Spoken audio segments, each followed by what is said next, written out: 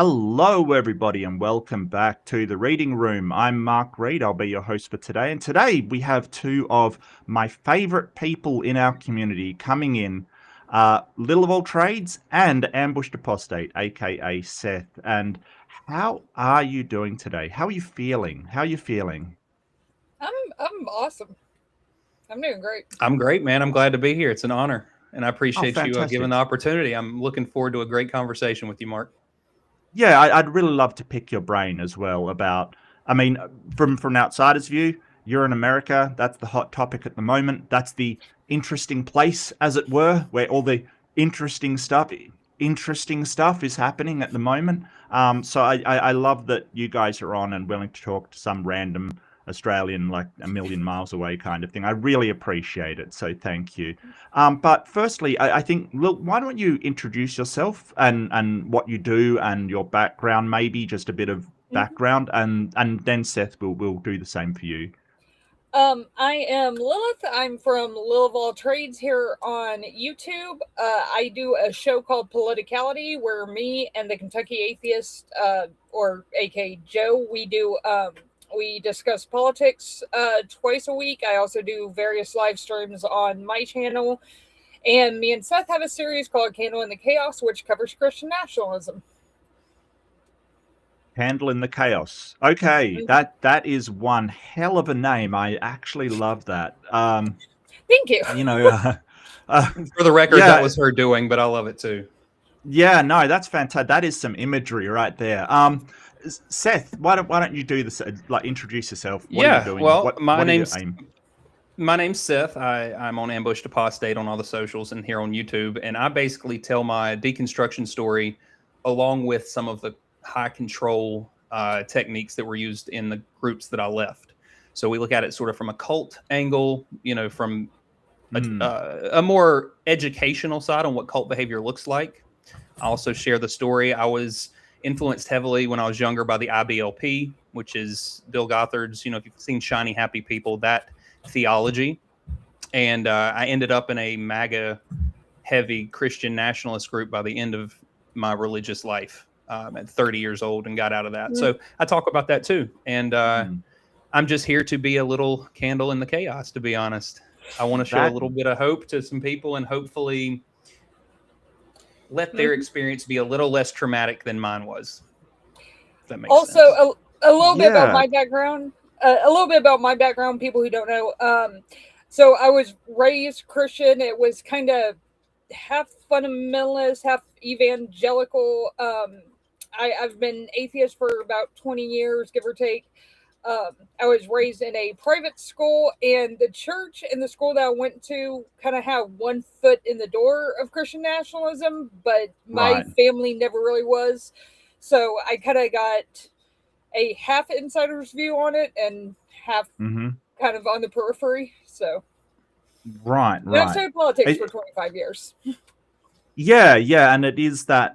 I think I originally asked you on because I found out you had a background in studying the Holocaust specifically, you know, that events in World War II and the history of World War II kind of thing, which I think you were on one of my member streams, and I said, you know, I find that fascinating because I just looked into Australia's involvement in that debacle and the reason why we have all these rules not to do certain things. Just quickly, before we get really into it, Detroit Atheist Queen, Kelly. So good to see you, Kelly. Member 2 months, message, so happy to call these three my friends. I'm so happy to have you as a friend, Kelly. It's absolutely awesome. Thank you. I love Kelly. Yes, so Kelly does a podcast with some of my favorite women in the world. It's called Java and Jugs. I was going to grab links. I think the links I put in the description, but I was going to pin them in the comments just to sort of. But do go and sub to Ambushed Apostate and Little of All Trades because they're doing some really good stuff, and we need more people like them in our community, in our sphere of influence, because they're doing absolutely fantastic things. It's very weird when you say I went to a Christian school. In Australia, that almost always means Catholic, right? Like the Catholic influence is so big here.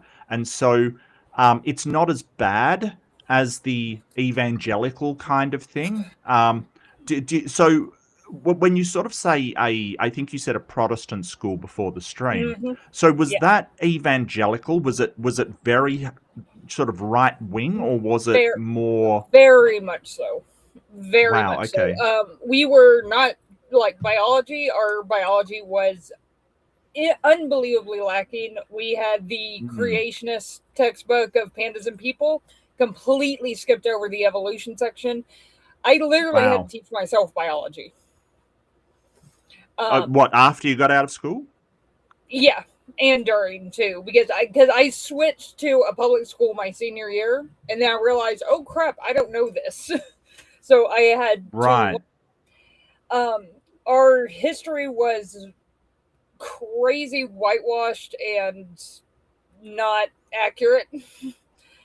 Did you get the same, Seth, or were you sort of in the same? I was actually worse off. I was homeschooled under heavy guidance from Bill Gothard, focus on the family in general, but I'm drawing a blank on his name. I'm sorry. James Dobson, Kent Hovind's material. You know, we had his VHS tapes. So that's what I learned in school in general. I was homeschooled to, obviously avoid the evolution and the sex stuff, because God forbid you learn about that. Yeah. But there were occasions that we didn't get copies of whatever subject for that grade in a Christian curriculum, and we would buy, regular school books. And they would go to town with a, Sharpie and an X-Acto knife, and we would get rid of anything that talked about evolution or anything that talked about reproduction. So yeah, I learned all this. This is going to blow some of your minds.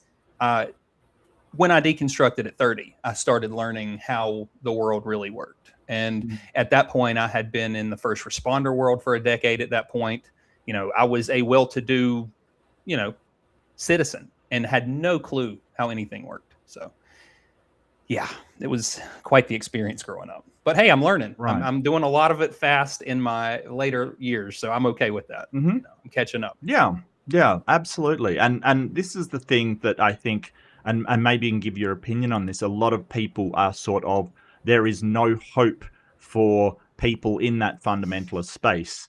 And I really want to push back on that, because I know a lot of people who are fundamentalist Christians, in our space, a lot of people who have deconverted and deconstructed. So the one thing that I hear a lot is, you'll never convince them. And I don't know if that's true or not. I think there's some people you'll never convince, but I think that, there's others that there definitely is hope that they will come back to reality, basically. I mean, right. Yeah, I mean, in my experience with people I know, it's always been like they've got to make the first step, and it's when they've come to me and being like, okay, what is this about? Like, is this true? Have what I've learned about this is true? Once they've already taken that initial step out of it, then you can kind of step in. But unless they take that initial step, it's really hard to get them out of it. But what would you say encouraged you to take that first step? Like maybe Seth, what was it?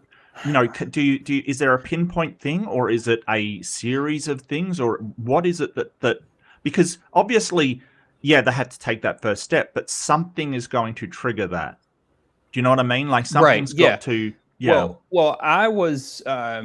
When I started my deconstruction journey, I had been guilted and shamed, basically. It was a common thing for not being spiritual enough, right? Not knowing enough about the Bible. I had been in an argument with the guy who led the group I left, who also happened to be my father-in-law at the time. So there's a weird dynamic there, and I was feeling guilty about it. And I thought, you know what? I really have what we would have considered backslidden, right? Like I had not put the work in for the Lord, so to speak. And so I was like, you know what? I need to get right. And I'm 30 years old, and I need to figure out what it is that I do believe. What does the Bible say? Let's get this squared away. But I went into it hoping to strengthen my faith, hoping to grow in my relationship with God and all of those things. I didn't go into deconstruct as the goal. It was to strengthen my faith. And basically all it took for me, I said, okay, well, factually, you know, we're biblical literalists. For those that aren't familiar, we take everything that we think is important and take it literally. Yeah. So it's not figurative, it's not metaphorical, it has to be taken literally. So I sat down and started reading. And I mean, I wasn't out of Genesis before I was like, well, none of this lines up with even a little bit I do know about certain sciences, fields of science. And then by the end of, I don't know, Leviticus, I was done. So it was very much so the Bible itself and God's character itself as described, and, you know, the mystical, you know, fairy tale type stuff that's in it that we're supposed to take as actual fact. So that's what did it for me. Talking donkeys.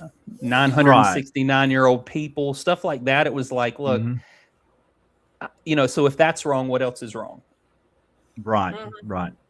Yeah. And I think that, yeah, that was Bellum, wasn't it? The talking donkeys, Bellum and his donkey. Balaam, yeah. So, that is something that it's not like, I do notice that the more absurd Bible stories are never the ones that Christians know about. You know, the ones that are just what I would call just wackadoodle. You know, like just crazy. I think that probably the flood is the most well known of the ones like that. Sure. But I think that there's other ones that are just, you know, wacky, you know, just crazy, you know, like Abraham taking his wife and, you know, saying it's his sister because it was his half sister, and then getting money because the Pharaoh took her into his household. And, you know, it's just these stories you never hear about because they're kind of, you know, wacky. The concubine that was chopped up into 12 pieces and mailed to the 12 tribes, like that's anything short of a psychopath, you know, move. Right. There's all kinds of insane stuff, and there's all kinds of things that we can look and we just know because we have more information that these things aren't possible. So, you know, and I think that does lead into why more people are leaving religion in general, is because they're seeing some of this stuff because it's easier to access now, right? We're having these conversations, but they also have the internet. They can just say, okay, let me see, is this even in the Bible? Boom. What did Jesus say about the LGBT community, whatever? Oh, nothing at all? Yeah. You found that out in, you know, 3 seconds instead of, I have no clue that this is, you know, a thing because I'm just hearing what my pastor's teaching me. We have this new avenue now. So I think the information and the combination between that and hypocrisy that people are seeing inside the church, the support of Donald Trump at the same time as pushing all this religious stuff, and the very clear contradictions in those two things, I think that's also pushing a lot of people out in general. Yeah. Well, I've said before that we can't let the evangelicals off the hook for putting Donald Trump where he is, or even Christians off the hook for that. I think that they have to wear that he is their mess, that he would not have gotten to where he is without the support of the not just MAGA Christians, but mainstream Christianity as well. I think that we have to really push back on that. And that sort of leads me into, I really wanted to ask Lil, with all your knowledge of sort of World War II and the Holocaust, how, you know, whether the Hitler had the support of the church and Christianity, and whether it is similar to what we have seen here. I actually bring this up in our last episode of Candle in the Chaos. There is a quote from Hitler, translated, of course, that says, "We tolerate no one in our ranks who attacks the ideas of Christianity. In fact, our movement is Christian. We are filled with a desire for Catholics and Protestants to discover one another in the deep distress of our own people." I mean, they had on their belt buckles "Gott mit uns," which means God is with us. Regardless of Hitler's personal beliefs, he was not the biggest fan of Christianity, and there's some debate on what he actually believed, which is kind of the same deal with Trump, to be honest. Yeah, and But that's sort of something I was going to bring up. That's a parallel, right? Like Trump uses thinks he's God. Christianity. Well, I mean, we've got to bring up the picture he just posted recently. I woke up this morning and Trump he posted a picture of him as Jesus Christ, and it really brought this to mind. And I'm so glad you're here, Lil, because the way that sort of Hitler used the Catholic Church, then made himself a religious figure, basically, and then did away with the church. Has that got any parallels to what Trump's trying to do at the moment? Yeah, I mean, he's using the church for his own ends. The only people in mass who are still with him are the evangelical and the fundamentalist Christian nationalists. That's pretty much it. There's I saw a poll that was taken, I think, a month ago that said something like only 30% of Americans are now supporting Israel over their stuff, which that's about the percentage of really hardcore fundamentalists and evangelicals. You also have the Epstein files, which he's lost a lot of support over. Yep. One of the groups he hasn't lost support over are the Christian nationalists with that. Right. I think. Well, I don't think they care about Christianity so much as they do about the nationalism part, or the. I mean, well, it depends, because there's several different factions of Christian nationalism. So ironically, there is a Catholic faction, which is like DJ Vance and Tom Homan and a couple others, which they are not fans of the Pope. So, like, the whole thing with the Pope doesn't really offend them all that much.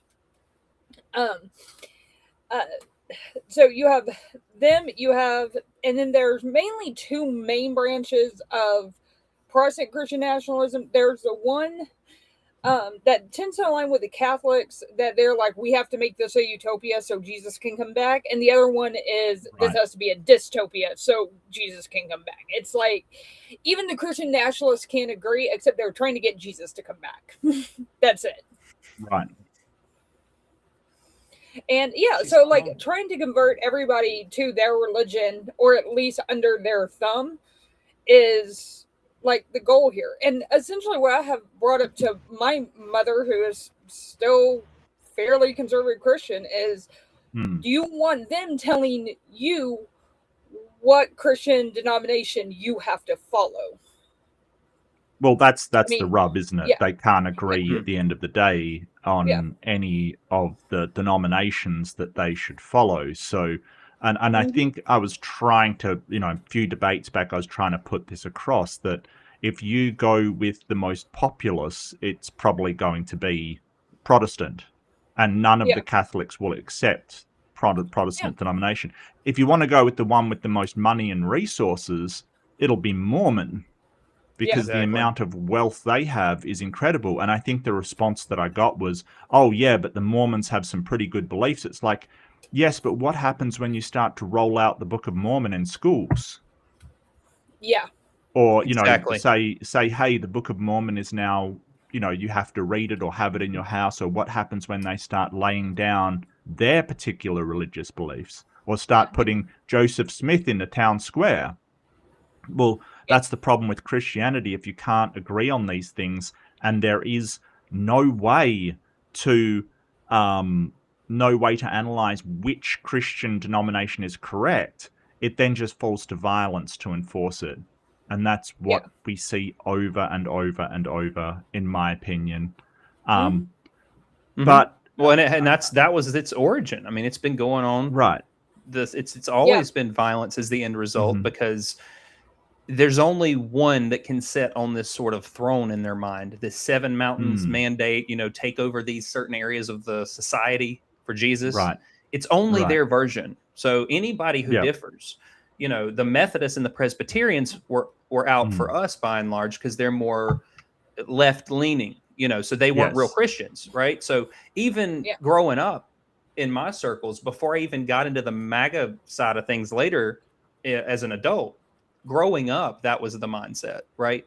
So there's only one spot, and what your spot, both of you are spot on. They don't realize most of the people aren't going to have that spot, regardless of the religion. Most people are going to lose out of this, and then what? Yeah. And I mean, to show their how they are politically, that they don't give a crap who's in office as long as they will do their Christian nationalist stuff. Right. Is most Christian nationalists are not Mormon. They don't agree with Mormonism. They think Mormonism is a cult, just like I was raised. And like I was raised to think they were a cult. But they threw all their weight behind Mitt Romney. Right. Because they knew that he would institute the Christian nationalist agenda that essentially became Project 2025. And that, Trump's like, I don't know what this is. Well, no, you finally said, yeah, we knew what it was all the time, and we're instituting this. And they're actually doing a pretty good job of instituting a lot of it. And it's a Christian nationalist playbook. Yeah. Yeah. And sort of, I see a lot of parallels between the way that sort of Hitler used the church to get into power and then turned on the church and did, really horrible things to people that started saying, whoa, hold on a second, this isn't what I, as a Catholic, wanted. Then suddenly they're part of that friend-enemy distinction, that you're no longer the friend, you're the enemy kind of thing to the state.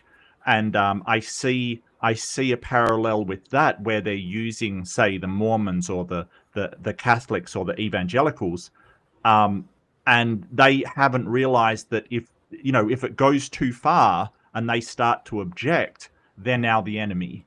They're now, and you see this, like, do you see the same rhetoric in Trump's sort of, he's almost, he's that far away from saying they're an enemy of the state kind of thing. If he's even a said former that. allies. Yeah. Has he actually said those words? He said we're domestic terrorists. He's literally said, like, some Americans, especially like people who are anti-Christian, anti-capitalist, so on and so forth, are enemies of the people and have designated us like basically like trying to designate us as domestic terrorists. And the FBI is like investigating this stuff and creating a lot of people. There was a executive order a while back that designated like a whole bunch of people, and it was really broad categories like anti-Christian as domestic terrorists. That's kind of coming to fruition because the FBI just announced that they've got this task force that's focusing on domestic terror. And of course, are they focusing on the right-wing side of it? Are they focusing on abortion clinic terrorism? No, of course not. They're focusing on Antifa, which isn't even a thing. Like, it's not an organization. Yeah, it's a loose conglomeration of ideology kind of thing. It really isn't some kind of structured organization at all. I think that so how did we get to this point? How did America decide, that Trump was the way to go? Like, what is it that led to this thing? Can I take a second on this, Lil, and preface something? Because my perspective on this is very unique, and Lil hasn't shot me yet. She still loves me. I know the chat will forgive me.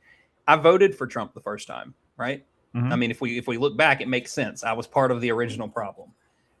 So when we approach this topic, I want to obviously get Lil's take. She's the political professional, but from my perspective, we picked Trump because it was the best option we had, and then we started retrofitting him into some sort of end times theology, right? Like this, somebody was going to lead in this end of the world type situation, and God's using him, and he's his chosen but it was all just because it was the best option we had. It was nothing special about him. And even when the whole Insider Edition tape dropped, grab them by the, it was like no one in my circles saw that as a red flag because, well, God uses imperfect people. And then he goes on these tirades cussing and carrying on, which for us was a sin, right?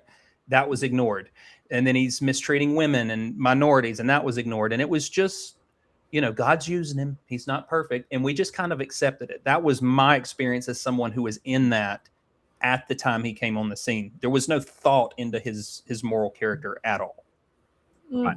Well, see, I've got a lot of, I don't blame people the first time round, right? Like, so the first time round he was up against Hillary Clinton, and Hillary Clinton's links to the, like, it wasn't because she was a woman, but her links to the corporate world, Goldman Sachs, sort of this establishment was really problematic. So the first time round, I don't blame people for wanting something different, something that wasn't just the mainstream. Well, we're going out here to give corporate. Yeah, I mean, Hillary was quite unpopular. On top of that, there were some people who were kind of disillusioned with Obama, because if you remember when Obama came into office, the kind of following that he had behind him, and even his second election still had a pretty good following behind him. Right. But he ended up being like the most milquetoast president ever. And so there were a lot of people who were disillusioned with it and was like, well, things didn't change. And they looked at it as, we have a career politician who is corrupt as crap and nobody likes her, versus somebody that nobody really likes this guy, but he's not a politician. He might be able to change things around. And it's also important to remember that Trump was voted in by 77,000 votes in 3 states. That's all he won by. It was not very much. I mean, it was not a mandate by any stretch of the imagination. Right. And I think with him getting the first time, 9 times, it stands to reason a lot of times that the incumbent gets reelected. The fact that he didn't get reelected just says how bad he screwed up. But I think in the 2024 election, a lot of people just forgot how bad 2020 was. Yeah. I mean, because it's like, I can't forget, I lost my father in 2020 directly because of his lies about COVID. Yes. So it's just like, and it infuriates me.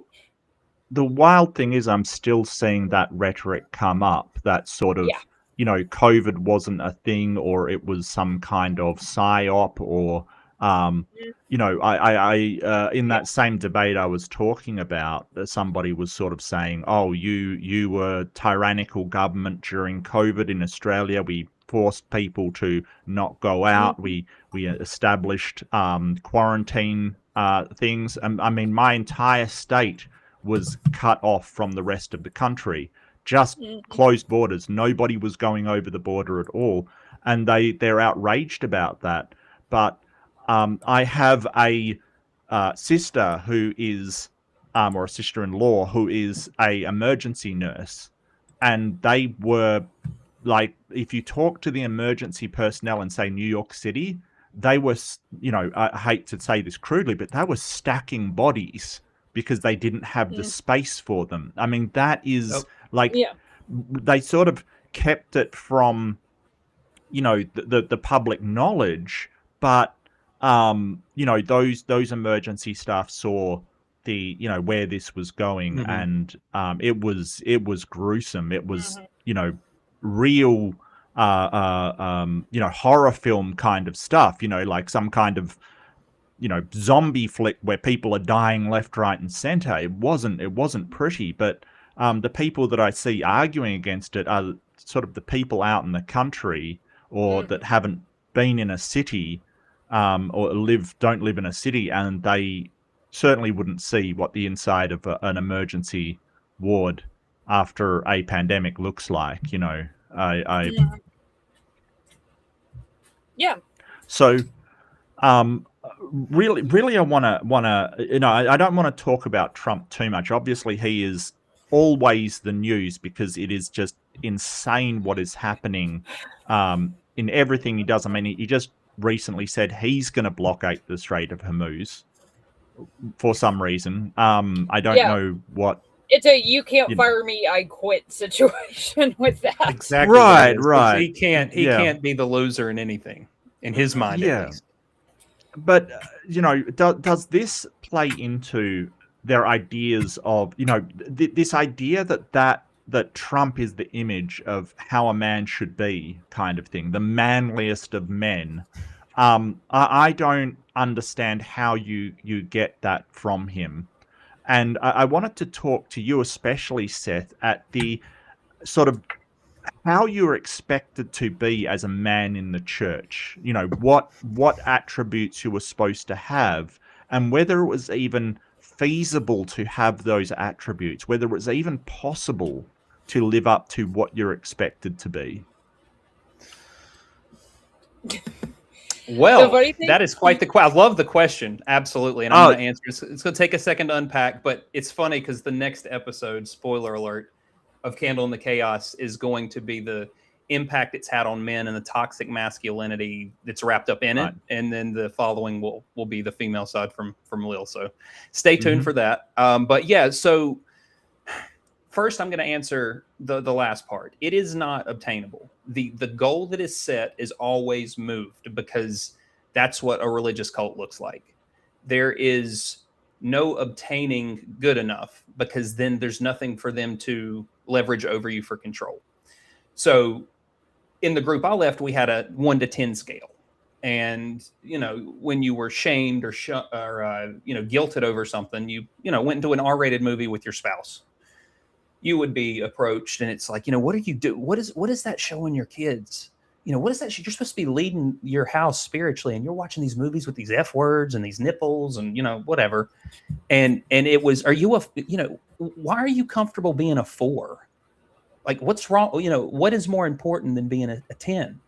And it would always end with, you need to get right with the Lord or you can find out if you're even saved. It was always, are you even saved was the last part. So you could go away leaving thinking I'm a horrible human being. I've screwed this whole thing up and I'm worthless. During that feeling, you were to lead your family. Financially, you're the only one that can work. In the meantime, we were also having as many babies as possible because it was quiverful, right? So I had 5 kids in 7 years, right? So here I am working 2 full-time jobs. I'm supposed to be the spiritual leader in my house. So I have to be at church every week. I need to be praying with the kids. And I can't possibly let any type of movies or music that didn't come out by a Christian, film studio be played in the house. It was always something that's, why are you letting this happen? You're supposed to be leading. Why are you dropping the ball? So no, it wasn't obtainable. And the standard was you are to be a godly example for your house. You are to take your orders straight from God, which comes from the Bible and prayer, dictate your house. They're to submit to you in every way, and you are to lead them to heaven. That was the only goal that I had. Right. And when you say 4 out of 10, what do you mean by that? Like, what kind of a rating scale is that? It would just be like 0 is you're not saved, obviously. 1 is you're the worst, and then but why are you comfortable being such a lukewarm little 4? Are you lukewarm? You want to be vomited out of his mouth? I mean, it's right here, clear as day. And that's the sort of the leveraging that was used. That sounds like it would promote a lot of competition within the church and comparing yourself to other sort of church members to say, am I more godly than them or more pure than them? Or I'm not sure how you evaluate this. How would you actually evaluate your status within the church? It's a hard thing to pin down because the leader of the church, the leader of the group, is the only one that can really say where you're at, right? They'll ask how you doing? How you doing with the Lord? What's your spiritual life like? And then you'll tell them. But at the end of it, it was always, well, here's what you're doing wrong, and if you want to fix it and you want to get get yourself together, essentially, quit being this lukewarm Christian and be a higher Christian. Right. That was the term they termed or coined rather. For the group I left, but the higher Christian, the real one, then you'll do these things. And so it was whatever whatever his conviction was at the moment. When I was a grown man, a police officer for multiple years and had 5 kids, I wasn't allowed to watch movies that had profanity in them. So if we wanted to watch, say, when The Walking Dead first started, we could watch it because violence is no big deal, right? God loves violence. Yeah. but we can't hear shit. So I have to download the episode, run it through DaVinci, manually watch it, and cut out all the profanity so that then me and my wife can watch it together. And I'm, in my late 20s, a functioning member of society. So that was the level of control. Right. And, those were the things. Whoa. Y'all want to go to the movie theater on a date night, just you two, and leave your kids with us while you go see the Joker that's rated R and has like 100 F words? We're not watching your kids. You're not going. Wow, Find another babysitter. Yeah. Okay. So yeah, that was the level of control. And that was sort of, it was in every aspect of life. I worked night shift as a cop for a long time, and I would work weekends, and you'd get home at 6 a.m. Church starts at 10. I got to be back up at work for work at 2 p.m. And if I'm not at church, it's a problem. So, you get no sleep, you start dealing with safety. I mean, but that was just the expected behavior. So sort of a little glimpse into what it's like being, in this type of situation in the first place. But it's very difficult to run your home when someone else is giving all of the parameters and the instructions, showing up unannounced and what y'all up to? And it made it harder because they were family, but it was like everything was like, okay, make sure there's no beer cans out because we don't want to get lectured that there's a 6-pack of beer in the trash, right? That kind of thing. So, and it seems to me that if you're, and I love the term that Aunt Jer used for it, called them piety points. If it is the church leader or the leaders, the higher ups in the church, it sounds like that if they're the ones assigning your status, then they have an incredible amount of power over, basically who has that status of saved and who doesn't, that they get to dictate that. So if they declare something, if you know that if you don't go along with them, they're going to go, well, you're not a very good Christian. That gives them incredible power over somebody's actions, over their lives, over the, how they're living, kind of thing. Yes, in every aspect. So much so that when I deconstructed, the angry atheist side of it didn't help. I didn't approach it right, but I was an apostate, and it was not a phase. And the control was so heavy that it's like, hey, you're leaving. We'll help you pay for it. We'll help with the court fees. Get them away from the kids before he drags them to hell with you. Yeah. And that's sort of how it played out. Now, I do want to say, since this is public and the things between me and my ex-wife, I'm never going to share publicly, and not all of it was religion. No, please. Right? If you don't feel comfortable, please. No, yeah. I'm just as a sort of a disclaimer.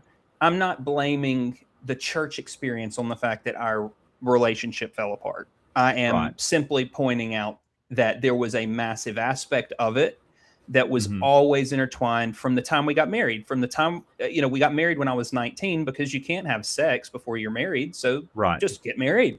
That's why I got married when I was 18. It was ingrained in me. And there are times I will have to bring that up, but I just wanted to be clear. It wasn't like they destroyed the marriage on their own. There were things that I dropped the ball on that I'm just, I don't want to get into all that, but the church did play a big part in it. And that was very much so the approach. If you don't get them away from him, they will fall away.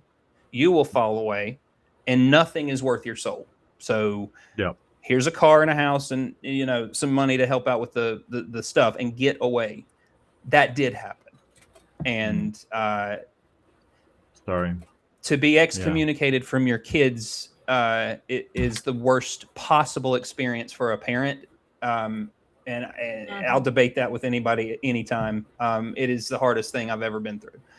So what do you mean by excommunicated? Sorry, Lil, I'll get onto your experience for a second, but how does the church excommunicate you from your, surely it's the government that and the judiciary that decides who has access to children, not the church.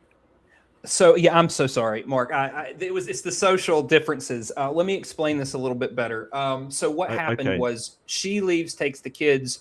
Then there's a court battle, and typically what happens, not just in my case, but in hindsight, looking at other people's cases, talking to people in these groups, when there's an apostate, the church, the leadership of the church will pay for a legal team to go after that person to a certain degree or another, right?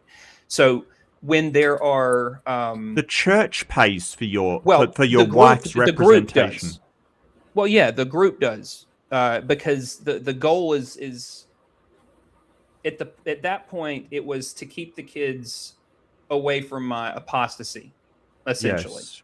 In their minds, evil. At least. Yeah. Right. No, so I get you. In the way that it works in the U.S. is you would go to a court and you would say, hey, there's the typical custody stuff that goes down in any divorce, but then there's also like these things are concerning factors and these things are mitigating and aggravating factors type stuff. Yep. And they weigh that. And if you have money and if you have a good attorney, you can take something very small and turn it to something very big, and those things can prevent you from accessing your time with your kids.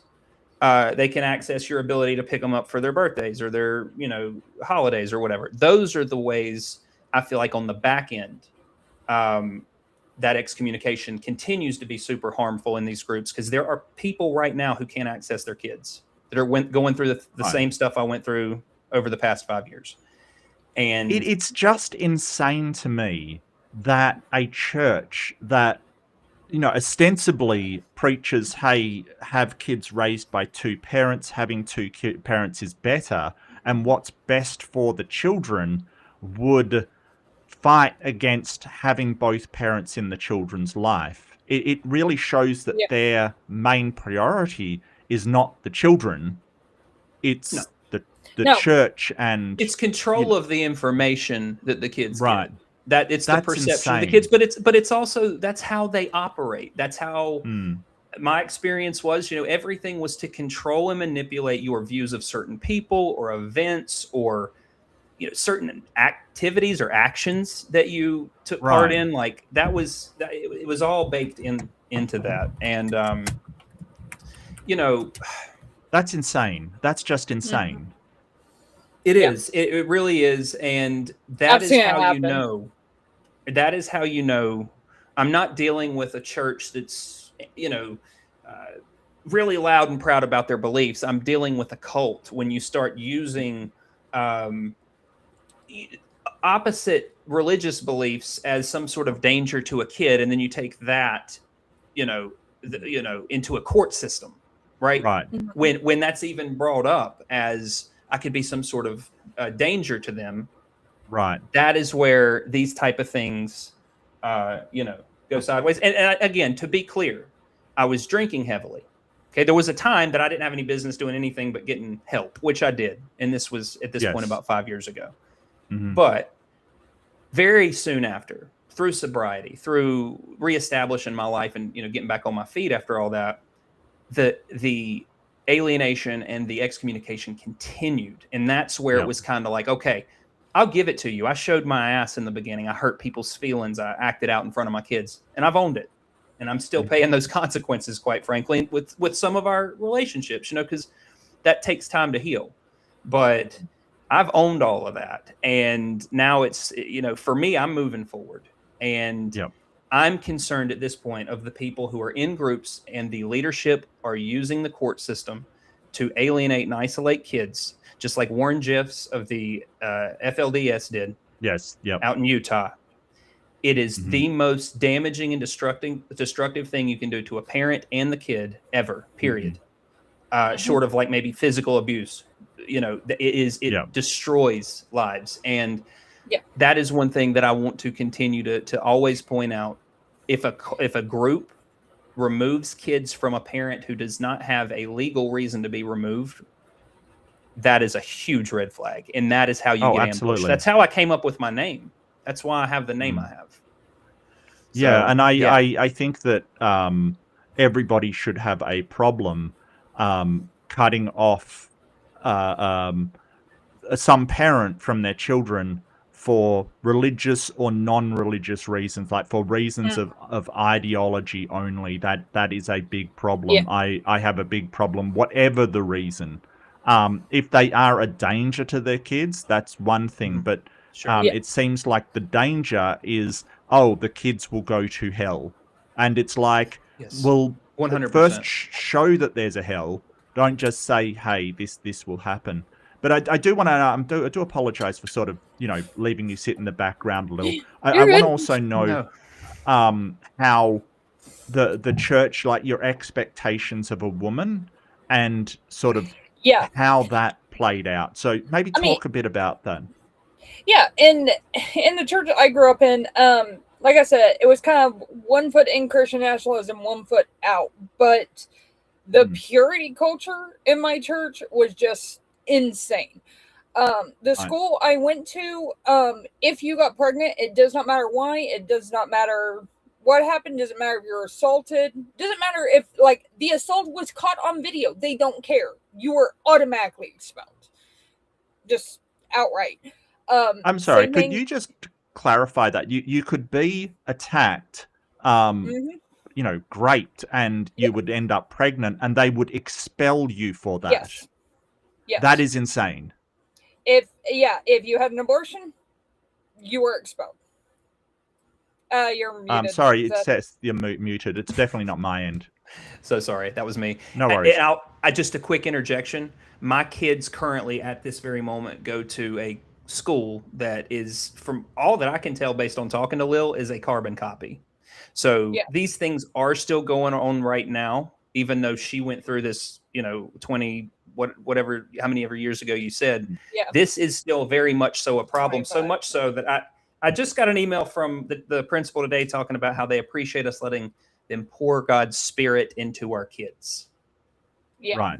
Anyway, I'm sorry. Continue, Lil. I apologize, but no. I get you. I get you. I really do. School, my school and my church specifically were also strict enough that if they found out you were having sex, you would get expelled, just outright.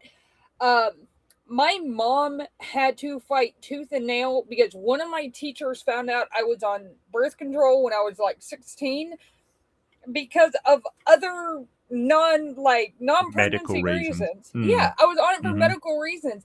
And she literally had to bring my medical records to show them this is why she's on it. And they still suspended me for 3 days for it.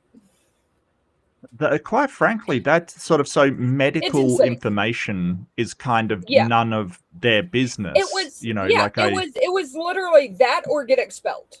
And with a lot of schools like this, I have been at this school since I was in 2nd grade. I was in 10th grade at the time. They had instilled such a fear of how horrific public schools were, which, going to public school was a little bit of a culture shock, but it was nothing like they said it was. But they had instilled such a fear with it that was just like, oh my God, like there's gangs everywhere and there's drugs everywhere. And, people are like, getting in the hallway and all this crap. And it's just like, no, that's not the case. The purity culture in the church and my family growing up was so strong that when I was 6 years old, I could not swim with my male cousins in a swimming pool. When you were 6? 6. 6. Okay. That's weird. We couldn't dance. Dancing was completely forbidden. That sounds like the plot of Footloose, to be honest with you. Yeah. Kevin Bacon reference goes out. So how did that form your sort of formative years between 18 to 25 kind of thing? How did that kind of thing influence you, and how did you feel about that? Well, part of it was because, of course, I was, as soon as I graduated, I actually graduated a year early. So I graduated when I was 17.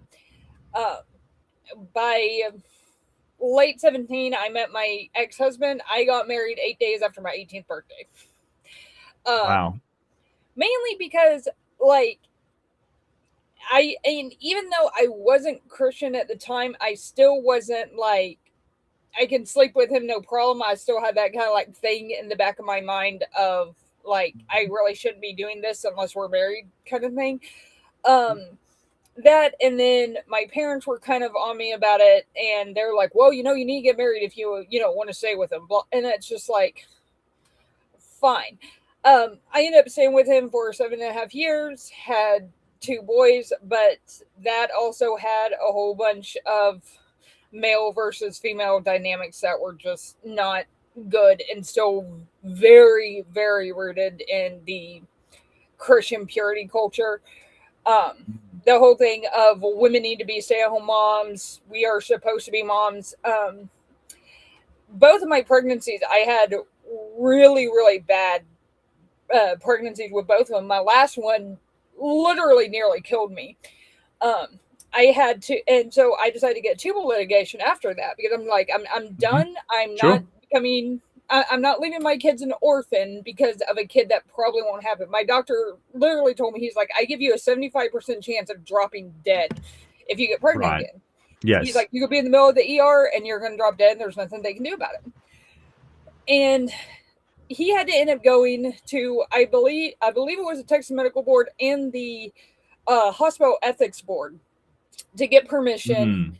I had to sign a form starting at 5 months and every month up until delivery before then. And then during labor, but before I had any pain medication. And then the hospital board would not let him do it without my husband's approval.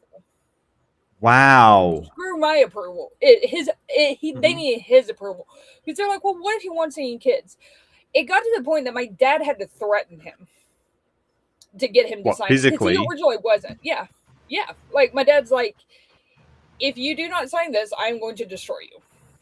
Because he's like, you are not going to do this to my daughter. And I mean, I was raised in the purity culture of the man gets what he wants. The woman's opinion is not relevant in that, which definitely led to some screwed up stuff. And it's like, it's stuff that I'm still trying to deal with and I'm still trying to unwind from. But things like, do you still have those feelings of, like sex being out of wedlock? Do you still get feelings that that's wrong? Do they still come? No, so that's not now. But you also have to think I'm 20 years out of it. So I gotcha. To kind of I've had 20 years to get over all of that. It's more of, with me now, it's more of a intrusive thought that might cross my mind, but that's about all it is at this point. But yeah, it took me a good 20 years, about a good 15, 17 years or so to get over some of that stuff. Yeah. And I mean, this is after, like I said, I've been atheist for 20 years. It took me a long time just because that stuff was so ingrained. My sex ed literally involved a female teacher basically getting up there and saying, if you have sex before marriage, you will get pregnant, you will get AIDS, and you will die. That was it. That was the entire talk. Wow. And they hammered that home. Yeah. And they hammered it home to the point that, you thought you were going to die if you did. So fear to gain control, right? Fear to gain compliance. We're going back to cult behavior. And no, please. Oh, no, go ahead, Seth. I was just going to say, when you're in a group that practices this high control behavior, and this purity culture definitely is that, it leaves, I view it like a fish hook in the mind, right? And the fish hook is on a string, which is tied to the fingers of whoever's running it, whether that's one person or a body, as it, in the JW situation, they pull these strings. Well, when you get out of this environment, you yank the fish hook out and it takes some flesh with it. It hurts. You lose a piece of you, and you've got a permanent scar there. So when these things that used to occupy that space come up in your life, whether it just be a thought like you were saying, or if it's in a situation where you're about to hook up with somebody, first time post, deconstruction in this new life, that scar tissue is what I feel like it's like it's inflamed. That area is like agitated. Still hurts and throbs. There's something used to be there. I know it's not wrong as I used to view it as wrong, but there's still something there that you can't quite put your hand on it.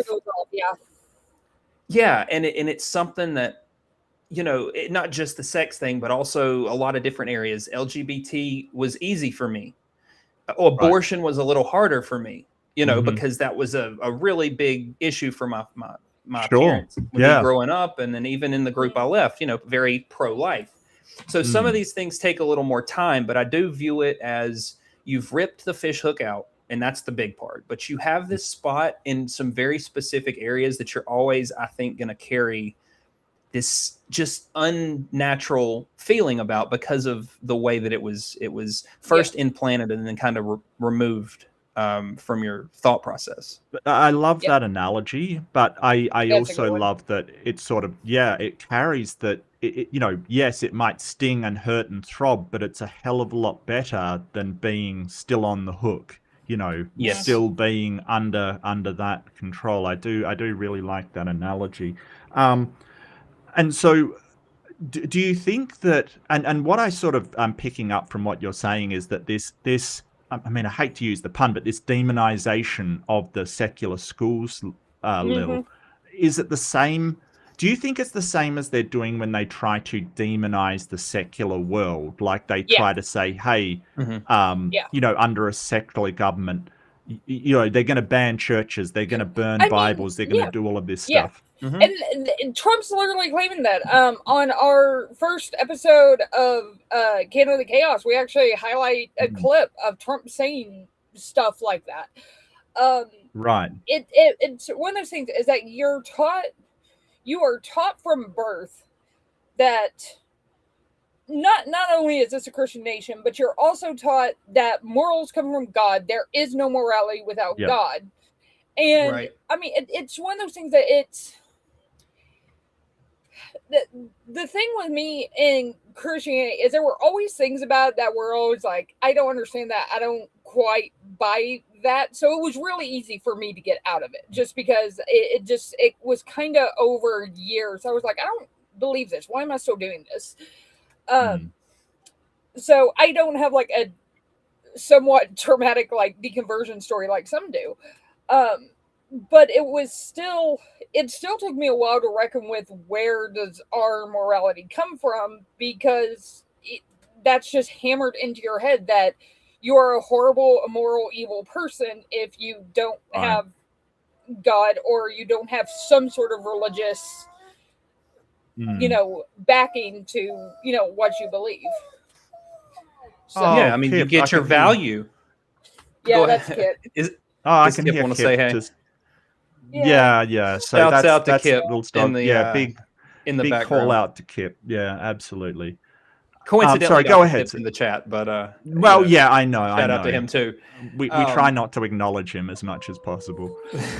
Sorry, Kip. It's a joke. It's a joke. Trust me. Yeah. No, you're good. And to be honest, with conversations like this, and with so much of my backstory that I'm sort of filtering, okay, let's talk about this, or let's say this. There's a lot of it, and I've lost it, so we can move on. It happens. There's Kip. No, that happens.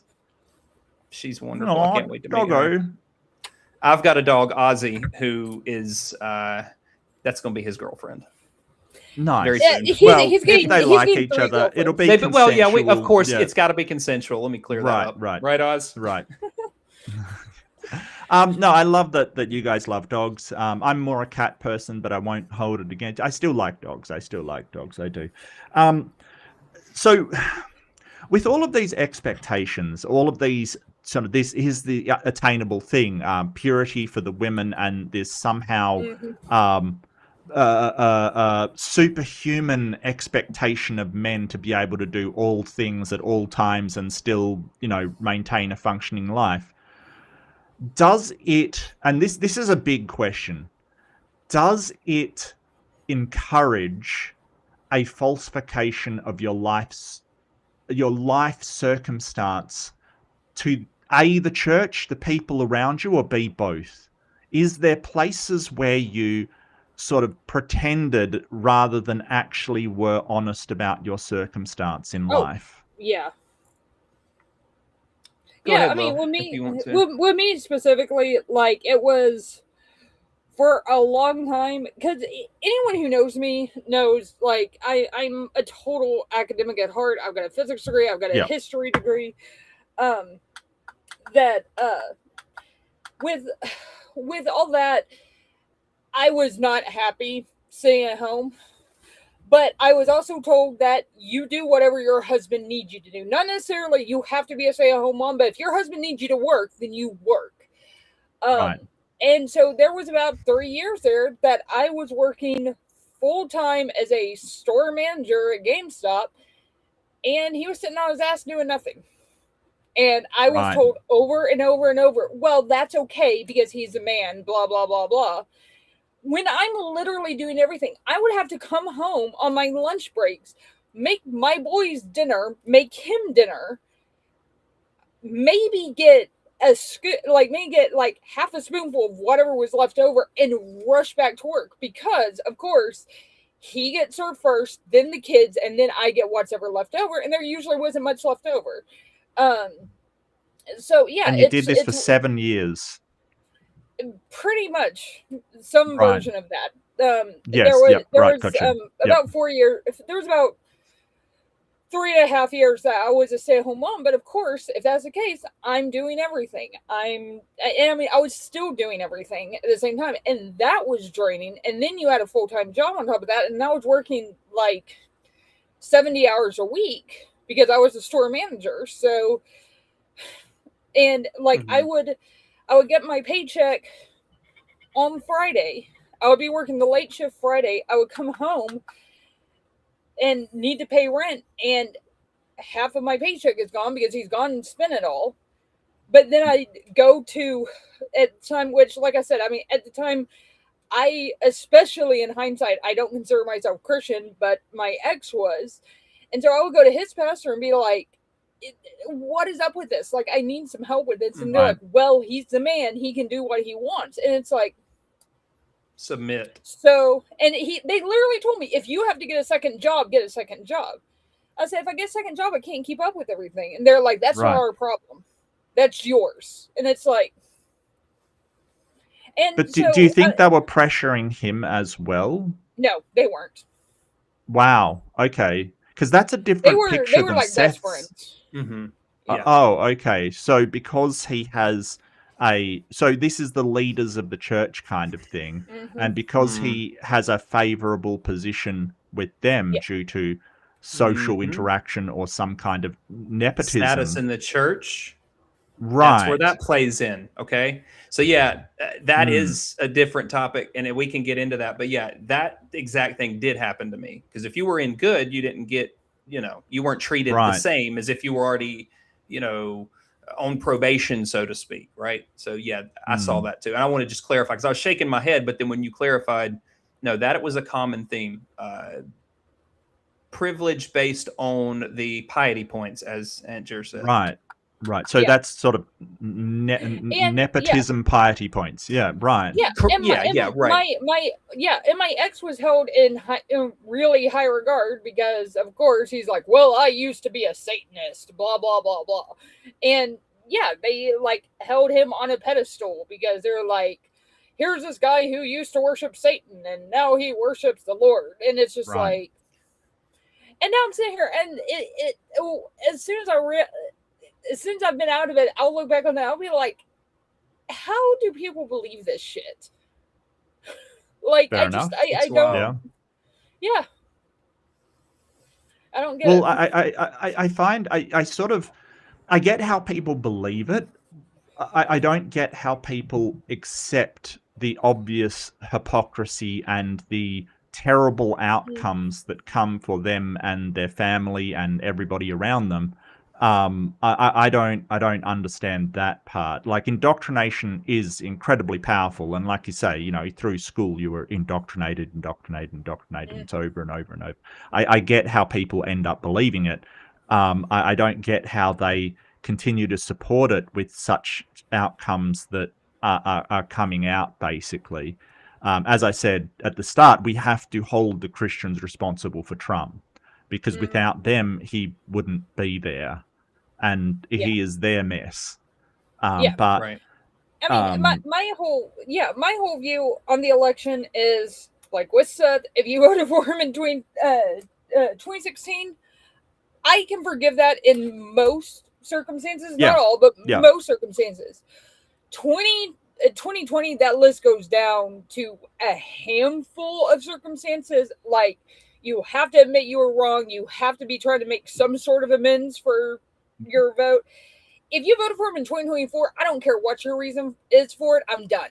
Like, I am just, in my personal life, I am completely done with you. It's just, it's not my responsibility to teach you anything anymore. I'm done with it.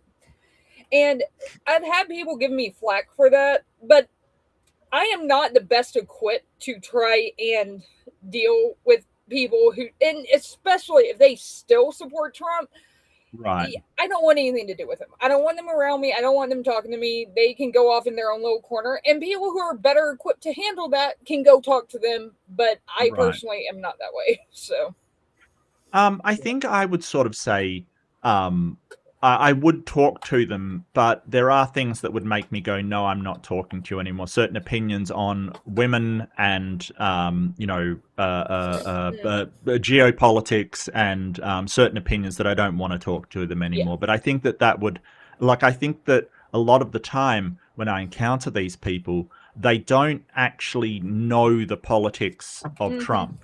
They really have this, well, I don't know his position on this, but he's Trump kind of thing. He doesn't have any positions. Right. He has very, very few positions. And the reason I say that I won't deal with him is because I know I am not the best equipped to deal with that. And that's going to need somebody who knows how to handle those, like that kind of person. Right. I am not the person to deal with that. I know what my limitations are. So I'd rather bow out and let somebody who is better equipped to take it over than for me to do it. That's totally fair. Totally fair. And what do you think, Seth? Do you think we should be engaging people? Well, I think as far as Trump goes, his stances are as flimsy as the wind, right? Like whatever he needs to be in that moment is who he's going to be. He doesn't have any real convictions. So the way that I see this is the past few years with the deconstruction and kind of, going into this new chapter of life is who do I want to associate with, right? Now that I know what I believe and how I view people that I used to view in a negative light and a positive light, do I want to still associate with people who are justifying the ICE shootings we had a while back, or are justifying the genocide that is happening right now in the Middle East, our hands and Israel's hands, and we're going to call it like it is. Where do we go from here, right? Like, there are people in these circles that I'm familiar with. When you're dealing with some of these people, it's like, I'm not a racist, I'm just a bigot. Like, they're proud of it. It's like it's a badge of honor to dig your heels in and say women should be cooking sandwiches and all the brown people back to wherever they came from, and that whole mindset in 2026. I don't know that those people have much help left, because if you don't see the lack of empathy with what's going on now, I don't know how you could. Like, well, I'm hopeful. I'm hopeful. Yeah. Obviously, I wouldn't be doing this, but at this point, it's like if you're still proud about supporting him, you need help because he's doing some horrific things. And now he's using God's name on top of it to justify it. So I can't deal with that in my personal life because I don't interact with that type of stuff anymore. What Seth brought up two things. One, calling out the Israel-Palestine thing, that's one of the reasons why I'm not working as a historian at the moment. It's got me blacklisted from a bunch of places because of that, because of my field. So I'm just like, okay. And it got to the point that I'm like, I can't not say something about it. And so I did. And it got me blacklisted from a bunch of places. So be it. Yeah. And the other thing with women need to be, in the kitchen with getting sandwich. Another thing that reminded me of how male-centric, like especially the church that my ex was part of so I'm working at GameStop. Of course, I play all the video games. I'm damn good at all the video games. And I think my ex was playing Call of Duty or something. And there was one mission that him and his friends had been trying to beat for like a good 12 hours. Like they started playing before I was at work and came home, and they are still on this mission and can't beat it. They asked me if I can beat it. I beat it first time, never played it, did just fine. he didn't talk to me for a week, except to tell me to go make him dinner. Seriously? Yeah. And you wonder why I left. Like that was kind of towards the end of it when I was just sick of it. I'm just like, I'm done with this nonsense. Like, I'm not gonna,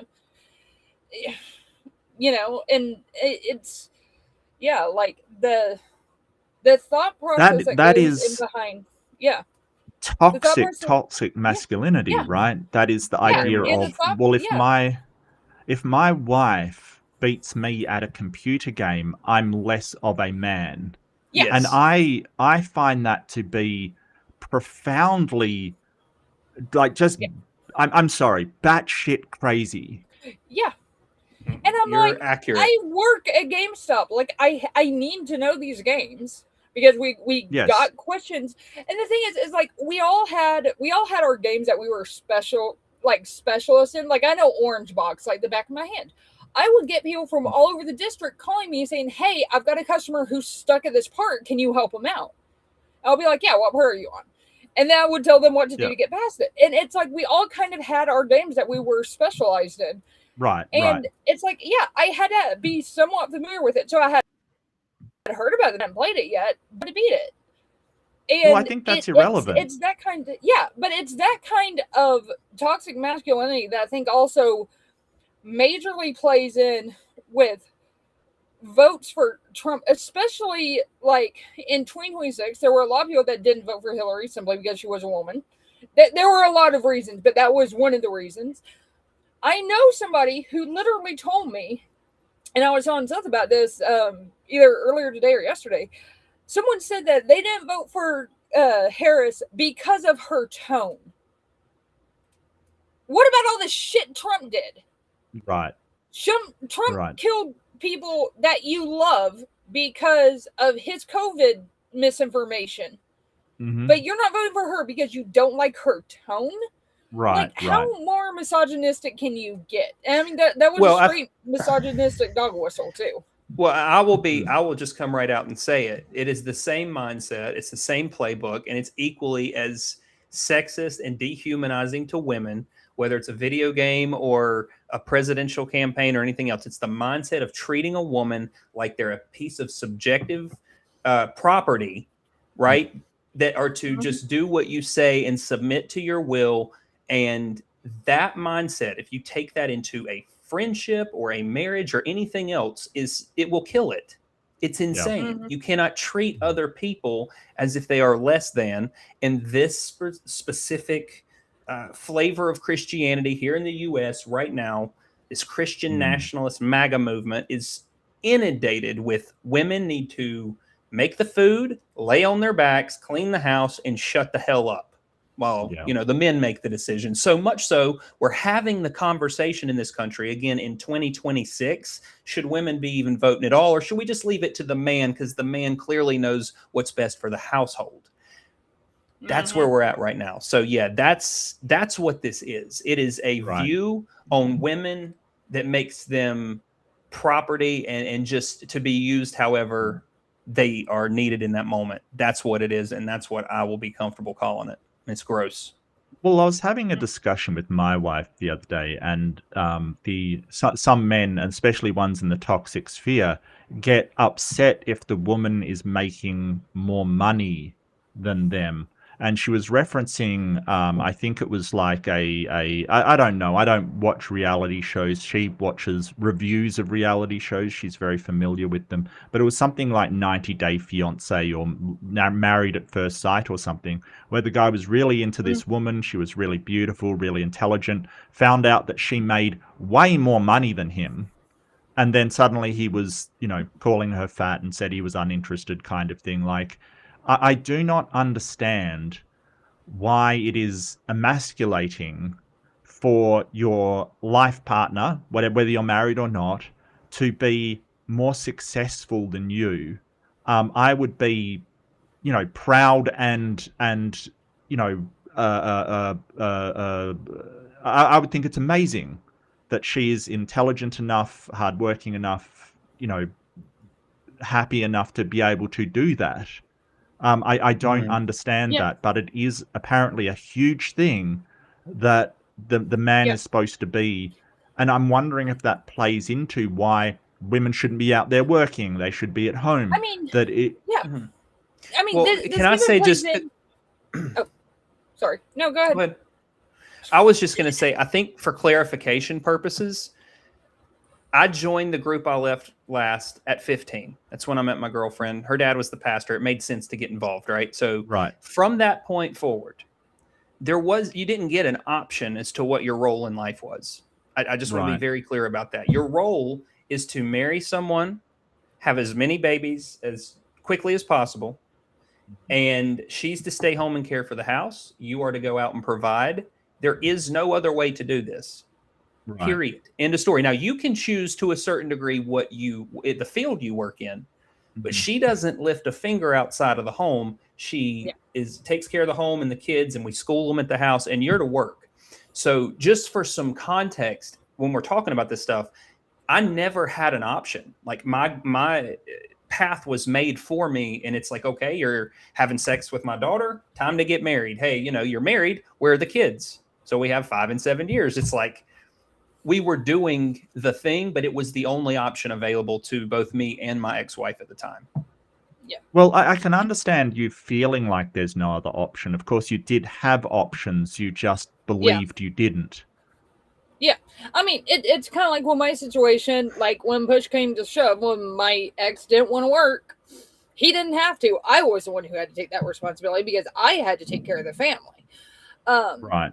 But even the men being insecure with like their wife being better or making more money or something. My last ex, basically, like he lied to me about a bunch of stuff, but one thing that he lied to me about was being an atheist. That's kind of a red line for me. Like, I can't be with somebody who's not an atheist. Like, I get there's atheists who can do that. I can't. Okay. Like, I'm sorry. No, that's fair. That's fair. Yeah, personally, don't trust your judgment. Like, we got issues with that. But like, my ex was so offended by the fact that I was so much smarter than him that he would constantly try and find ways to make me feel horrible about it, or to even like sabotage my work when I was working as a historian. And it was just like, yeah. And like he'd go above and beyond, especially in front of other people, to either not take me around other people. The entire time I was with him, I didn't make it, and I lived in a different state at the time, didn't make a single friend because he wouldn't bring me around anybody. And I didn't know anyone. And he made absolutely sure that I had no friends up there. And even when he did bring me around, he would make sure that he only discussed topics that he knew I knew very little about. Because, of course, if I don't know something about something, I'm not going to speak on it. I mean, why would I? But the second somebody would say, oh, what do you do? He'd find a way to get in there and commandeer the conversation. Right. And, of course, he wouldn't allow you to go out and, go to social events where you could discuss things that you were interested in.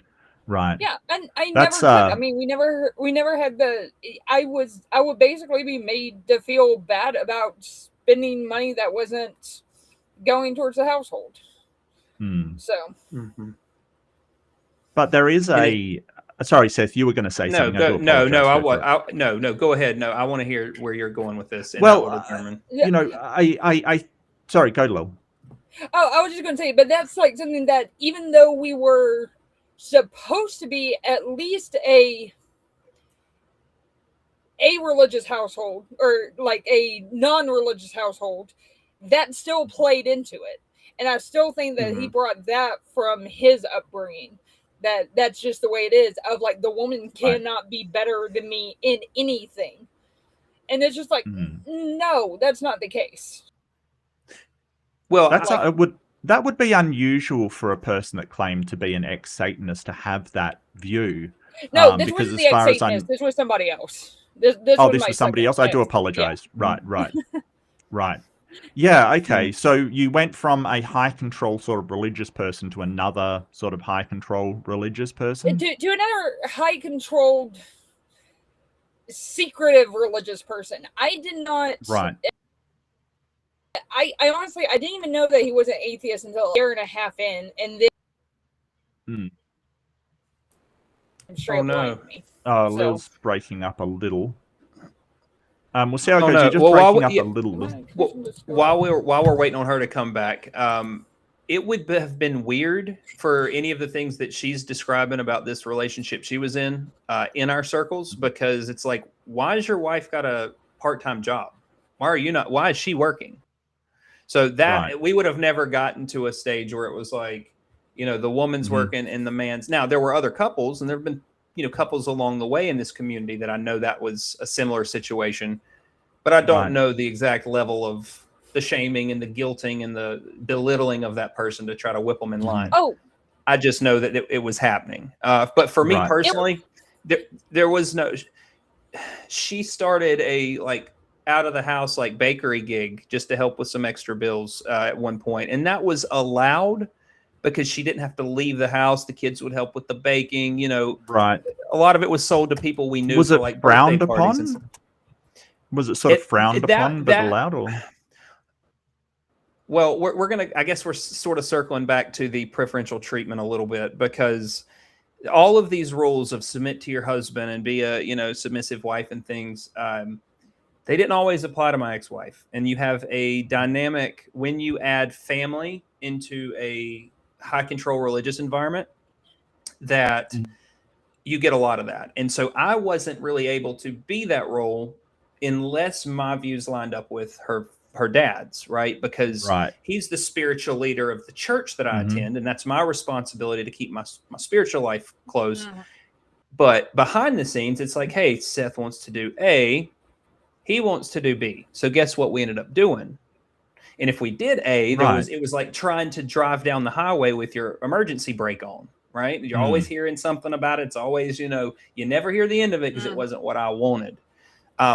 That was my experience of leading my house. But as far as all this other stuff, like, going out and having a job or, having this sort of independence,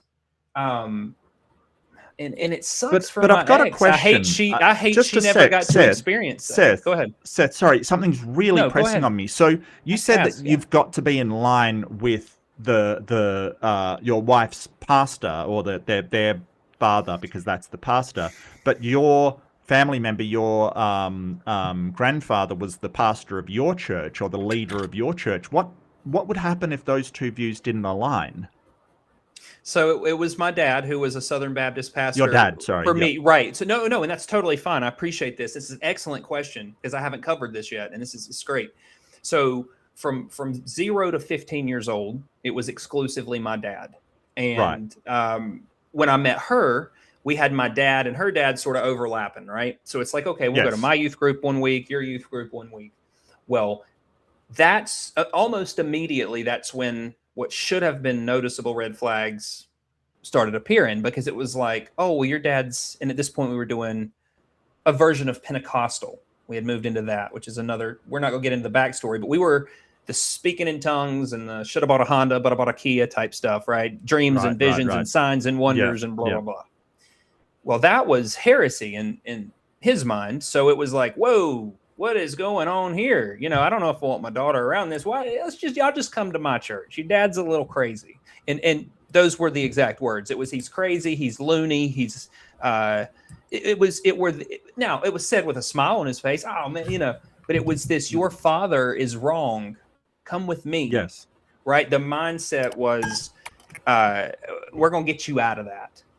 Right. And we did. It's what happened. Me and my ex-wife, we were dating at the time. We go to my dad's church, and he's talking about his guardian angel that he saw in some vision, some prophet, just nonsense. And she's like, well, this isn't church. And then I'm looking, and I'm like, in fairness, no, it's not, compared to your dad.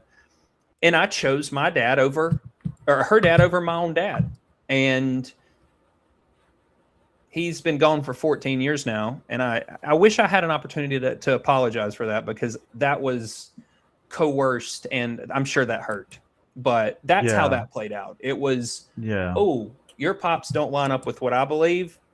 We're going to edge that out so you don't have that exposure anymore, and it's exactly what happened. So there's almost like a tug of war over, if somebody has family in both churches, they're being tugged in both direction by, oh, my in-laws want me to do this thing, and my biological family want me to do this other thing. I can't see that as being healthy at all. Like, it just doesn't seem very healthy. Because there's no win in that situation, right? You're going to offend either their family or your family, or both, perhaps. Right. And you know what the result is? You know what the only valid option was for me, and I think so many other people, is fake it. Right? Give whoever's in front of you what they want. When they ask you if you're going to watch the R-rated movie before you censor it, tell them no. So they'll fuck off, right? You just want peace at a certain point. You can't make them happy. The line is always moving. So you fake it. You turn into a person who, by the end of it, you don't know your genuine, authentic self, because you're just who you have to be to survive. You don't care if it's a lie. You don't care if it's not something you're actually doing. Oh, yeah, I'm praying a lot more. Yeah, really getting into whatever.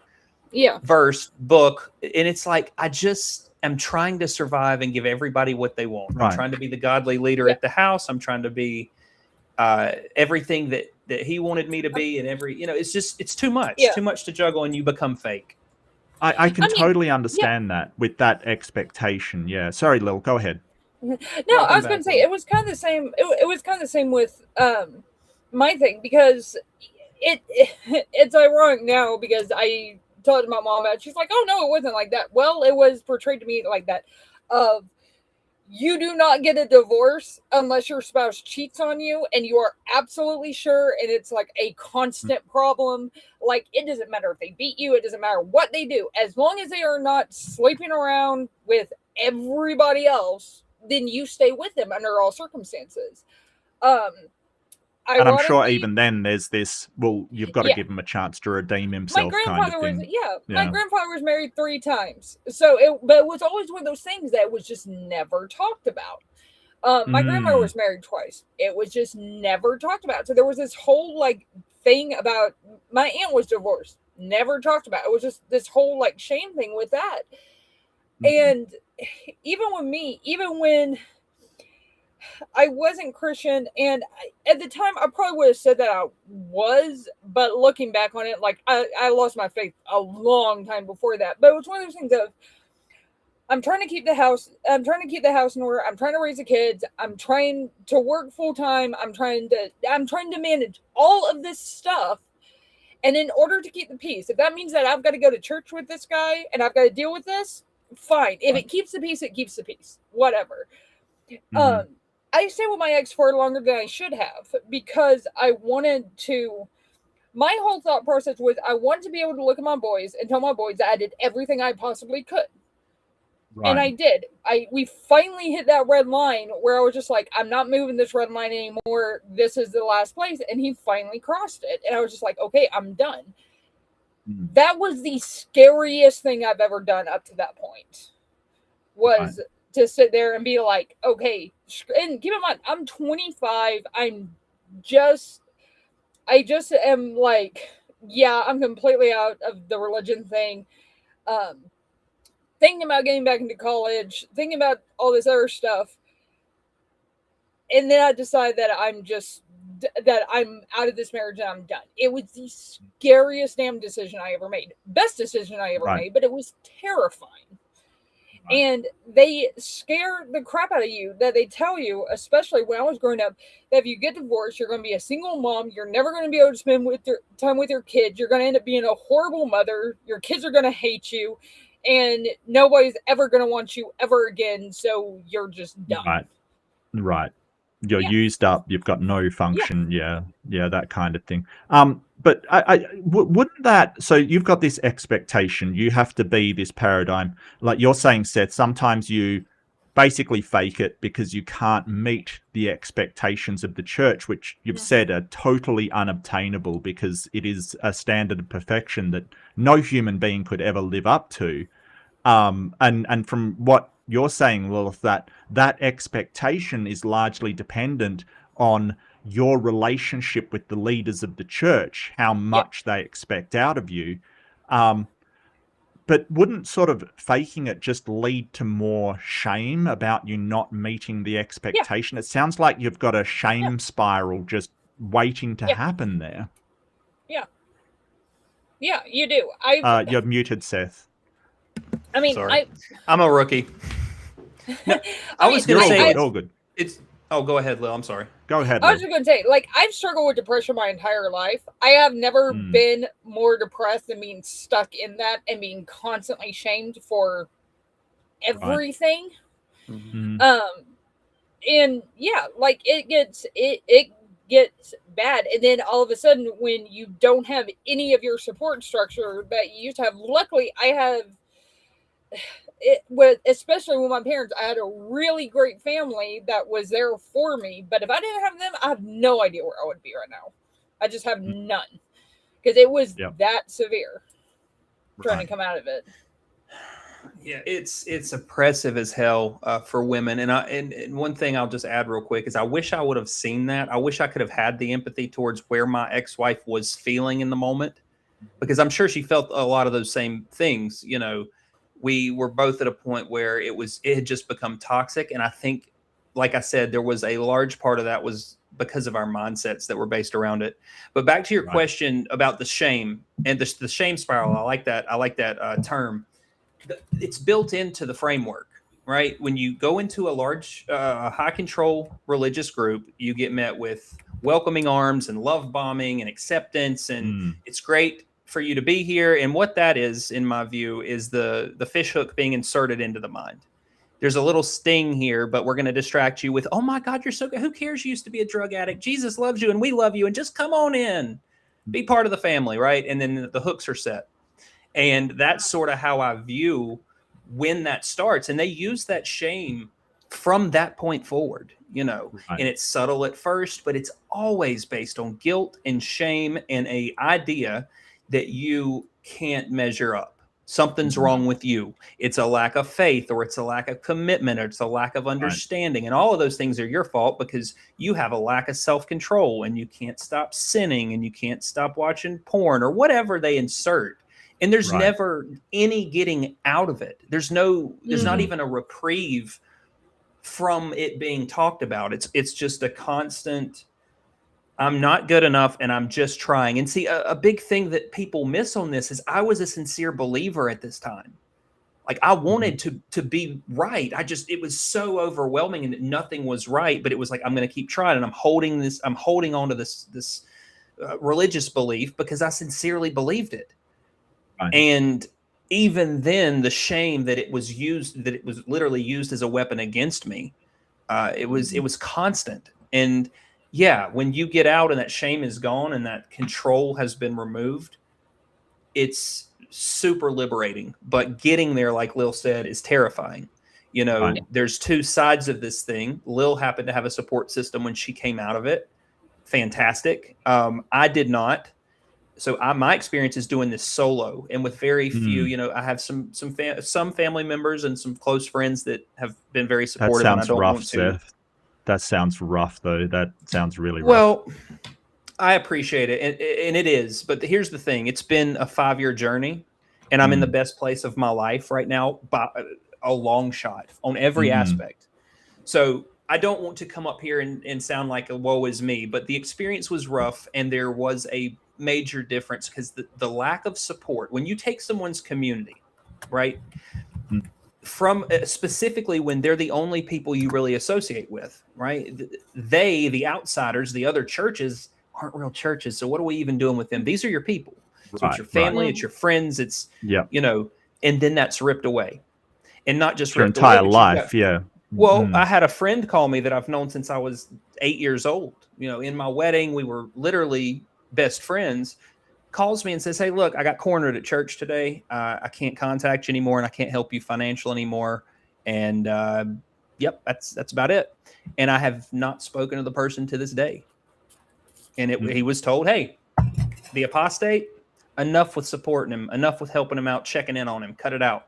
That was the attitude that was, you know, and so For those of us who have done this solo, if anyone's hearing this and going, holy shit, that's where I'm at right now, but like 4 years earlier, DM me, please. Email me. My bio on my YouTube page has my email. If nothing else, I'm on Facebook. It is scary as hell, and it is hard to get through, but I promise you it is possible. So reach out and get some support, because it is super important. I think that we have to not do that as atheists as well. I had a friend at work who was a Christian, and her entire family had ostracized her because she was converting to be a Muslim. And she said, she brought it up with me, and she sort of said, I'm now not a Christian, I'm converting to be a Muslim. I hope you're not upset about it. I'm like, I'm an atheist. What do I care? Like, I don't care. It doesn't mean anything to me. Like, you've just switched from one church to another if you've become an atheist or an atheist. Like, I don't, but she wasn't a Christian that proselytized. She didn't, she was just a Christian in her own private life, and she was a friend from work kind of thing. I think I went to her marriage. It was really cool, like, it was really good marriage ceremony. But it just didn't matter to me in the slightest. And I think that as atheists, if someone does convert in our lives, we've got to accept that and say, hey, you're a worshipper now, that's fine. I understand that, like, if it's your partner, you may have boundaries about that. Like, I totally get it. But I think that we've got to not ostracize people just because of their religious beliefs. Whereas ostracizing people because of their actions, now that's a completely another story, right? Like, if they are going around and, doing horrible things and, proselytizing and preaching, and it's really obnoxious, I get you. But I'm not sure we should do it just because of beliefs.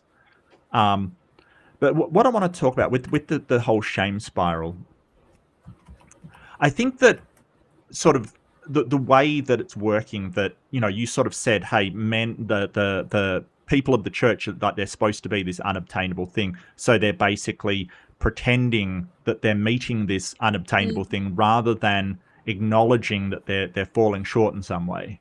I see something very similar with men in general at the moment, that, like, for instance, Trump, he can never admit that he's wrong or done something wrong or made any kind of error at all. And I see this in sort of the toxic masculinity space, that these men are basically saying, no, I didn't do something wrong. I didn't make a mistake. It wasn't me. It wasn't, I did everything right. I am the greatest that has ever lived.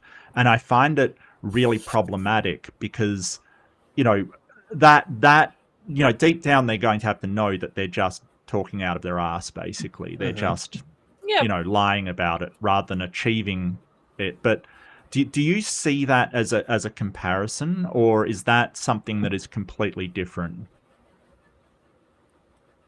Go ahead, Lil. I'm chewing on that because it's a good question. I mean, like with Trump, for instance, like, we know because his niece Mary Trump has described the family that they grew up in, even though they were not religious, that, like, that toxic masculinity was all over the place. Right. Even her aunt, who was like a federal judge, she said at one point, if I remember correctly, like, she was even incredibly misogynistic, but like, she was the exception. Like, she was a one, woman who could be an okay judge. I think. Oh, I'm sorry, Lil. I thought you were finished. I apologize. No. Are you sure? Okay. Go. Going back to what Mark watch it. What Mark asks, we're equals, right? Watch it. No, what Mark asked about. See, now I've lost my friggin' train. It's going to come right back. I apologize. I was talking about men not being able to admit that they're wrong or have made a mistake. Right. Okay. So that looking back, sort of reflecting on my experience and exposure in this how to be a higher Christian man thing, right? Being wrong, it wasn't an option because you had the right answer, right? We have the real truth. And I'm telling you, the leadership of the group, I'm telling you what the real truth is. You've got it. Being wrong about something is a failure in their mind. You know what I mean? It's you have done something, you weren't able to meet expectations. And I'll tell you this, one of the most liberating and freeing things that I've ever experienced is being able to look my kids in the face and genuinely say, I am sorry for what I said to you or what I did in front of you. When I was able to reach out after, quite frankly, years of ugly bitterness towards my ex-wife and say, I'm sorry, I was wrong. This part's on me. Boom, boom, boom. Yes. I'm sorry. Yeah. That feeling is something I chase now. Like if I'm wrong, I want to make it right. Instead of saying, instead of digging your foot in and saying, no, I can't because it's a principle thing and I don't want to look weak or I don't want to look like I haven't fulfilled my husbandly duties or my leadership roles or whatever. Total nonsense. And truly being able to get to a place to look someone you've hurt in the face and say, I am sorry and I care about you and I want to make this right and move forward is one of the best damn things you can do in life. And it's, again, just an exact black and white comparison of how Trump operates. He'll never be wrong until the day he dies. We all know this. Yeah. I think that's more narcissism, but sorry, go ahead, Lil. No, that's a good point. He even tried to cover the God Jesus photo by saying, "Oh well, I thought it was me as a doctor." No, you fucking didn't. No, you didn't. Yeah, there's no way. But I'm sort of looking at it as part of a larger problem with the alt-right sort of pipeline kind of thing that that it seems to me like men are convinced that in some way being a super ubermensch perfect guy, having lots of money and lots of women and lots of all these things is the key to happiness, or that's what you have to do to succeed as a man. And then I think the problem is that when that unachievable paradigm is not achieved, they start just never admitting that they're wrong, or that they've somehow not made tons of money, or they've somehow not, gotten with, and sort of this whole mask of confidence flows out, because to be unconfident is sort of unmanly, and so it's they're weak. Basically it's weak, right? So it's this idea that, hey, I've got to be this overblown ultra confident person or else I'm a weak man. But it's not in reality confidence. It in reality is insecurity. It's insecurity about not being confident, not having these things. And I'm wondering where that comes from. I'm wondering, why that came up in society. I mean, I think part of it's just human nature that you don't want to look bad. One example that I use like that is, one thing is you see actual intelligent people, when they don't know something, they'll sure say, I don't know. And they're not going to wax on about something that they don't know, or something that they only know a little bit about and they know they don't know a lot. In the same vein, it's the same way as when atheists debate Christians or Muslims or anything, is atheists don't really have a problem saying, we don't know. We're not sure about this yet. Like, I don't believe a God did it, because you got a long way to get to there. But just because we don't know doesn't mean a God did. Whereas they've got to have an answer to freaking everything. I think the point, it comes up so often that I think it's just partly human nature of, you don't want to look bad in front of your group, whoever your group is. Right. Well, that's spot on. If you add a layer of religion on top of it, especially a high control religious group, where you're approaching cult territory, it changes how everything is viewed, right? And so, I'm sorry, I have so much that is going through my head that I want to get to that it gets scattered. I apologize. Hey, guess what? I also have a touch of ADHD, Mark. So there you go. Oh, I've got more than a touch. It's totally fine. No, I apologize. Where were we at? I'm sorry. We were at sort of the sort of mask. I guess we're on the mask that toxic masculinity puts out by pretending. Where did it come from? Right. Where did it come from? Layer of religion, right? When you take a toxic religious group and you say, this is how you're to behave as a man from youth group, right? They don't really get into this stuff in children's church. You know, you're learning all the fun stories and the sanitized crap. But this is the expectation set for you during some of the most pivotal and consequential times of your life, right? Right. And the expectation is you will succeed. You will get a godly, submissive housekeeping wife, and she'll have you a bunch of kids, and that's the only option. And then if anything, when you go through it with this lens, looks like you're failing, your whole life is in question. This is who you are as a person. This becomes part of your identity. So you are a failure. And I think that's where it stems from, because, I mean, it's built into the name. It's a toxic mindset, this toxic masculinity. But when you get into the weeds with it, this is, I think, why it continues to be toxic into adulthood, because they've never learned how to say, I was wrong, and I'm going to try to figure it out, and I'm going to try to do better next time. But I was wrong, or I don't know. Those two things. It's like those two things are erased from their capability, and they can't look at somebody and say, I don't know, honestly, but I hope to find out one day. Yeah. That's the piece that's missing, or at least suppressed very heavily. Right. And if you don't know, you just say, well, God, and that's sort of a stopgap. God of the gaps. I do notice that in today's society, like Trump, he will not admit that he does not know something.